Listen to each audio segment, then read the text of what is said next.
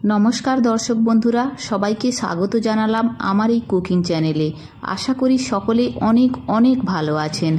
आज मांसेर एकटी नतून रेसिपि निये आपनादेर सामने हाजिर हयेछि, ताई भिडियोटी स्किप ना करे शेष पर्यन्त देखुन एबं एई सुस्वादु रेसिपि भात रुटी परोटा एबं फ्राइड राइसेर संगे असाधारण लागे।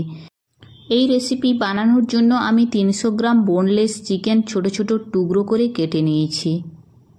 চিকেন ম্যারিনেট করার জন্য একটা ডিম ফাটিয়ে ওই চিকেনের উপর দিয়ে দিচ্ছি।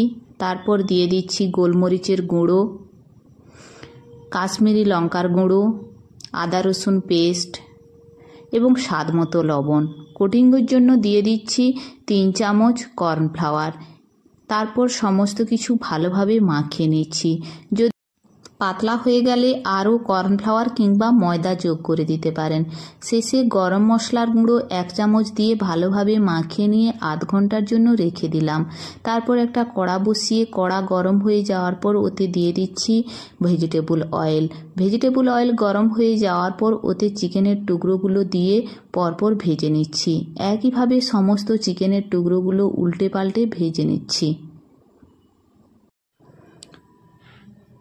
সমস্ত চিকেনের টুকরোগুলো ভেজে নিয়ে একটা পাত্রের মধ্যে তুলে রেখে দিচ্ছি।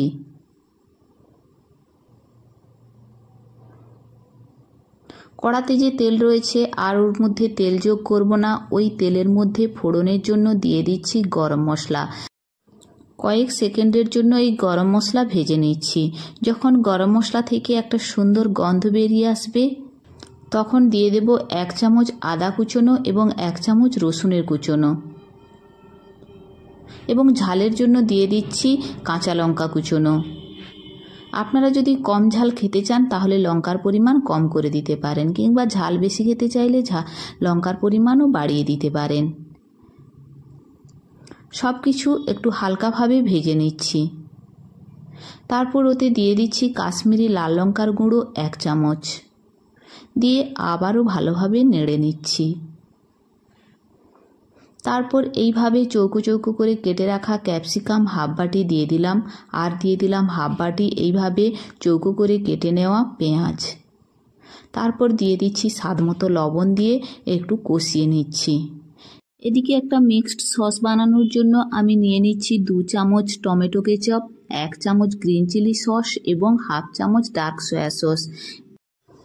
হাফ বাটি জল দিয়ে ভালোভাবে মাখিয়ে নিয়ে দিয়ে দিচ্ছি, দিয়ে ভালোভাবে নাড়িয়ে নিয়ে তারপর ওতে দিয়ে দিচ্ছি চিকেনের টুকরোগুলো দিয়ে আবারও ভালোভাবে নাড়াচাড়া করে একটু জল দিয়ে দিলাম। জল দিয়ে ঢাকা চাপিয়ে রান্না করে নিচ্ছি 5 মিনিট।